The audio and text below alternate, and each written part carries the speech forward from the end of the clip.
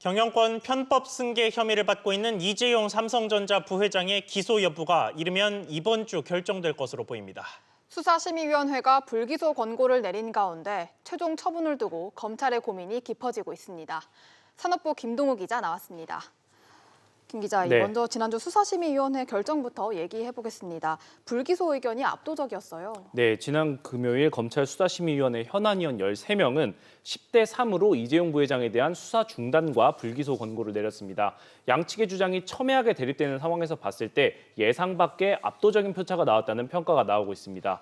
위원들은 법조계와 학계, 언론계와 시민단체 등 외부 전문가들로 구성됐는데요. 위원 중 상당수는 시세 조정과 주가 조작 등 자본시장법 위반 혐의를 입증하기가 쉽지 않다는 의견을 낸 것으로 전해졌습니다.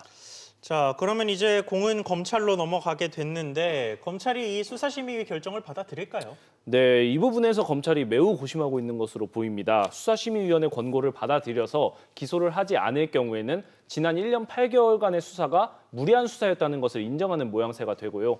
권고를 받아들이지 않기도 부담스럽습니다. 수사심의 제도 자체가 검찰이 수사의 정당성을 평가받겠다며 스스로 도입한 제도이기 때문입니다. 그러면 이제까지 이 위원회 결정에 대한 그 검찰의 판단은 어땠습니까? 네, 앞서 검찰은 지난 2018년 제도가 처음 도입된 이후 지금까지 열린 8차례 수사심의 권고를 모두 받아들였습니다. 만약 이번에 검찰이 권고를 수용하지 않고 이 부회장 등에 대한 기소를 강행할 경우에는 권고를 따르지 않는 첫 사례가 됩니다. 검찰의 기소 여부는 앞선 전례를 봤을 때 이르면 이번 주 내로 나올 전망인데요.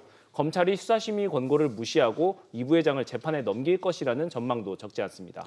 네, 이번 수사심의위 결정에 대한 삼성의 반응은 어떻습니까? 네, 삼성 측도 이 정도 결정은 좀 예상 못했다는 분위기인데요. 수사심의 불기소 권고가 나온 뒤 삼성은 환영 입장을 냈습니다.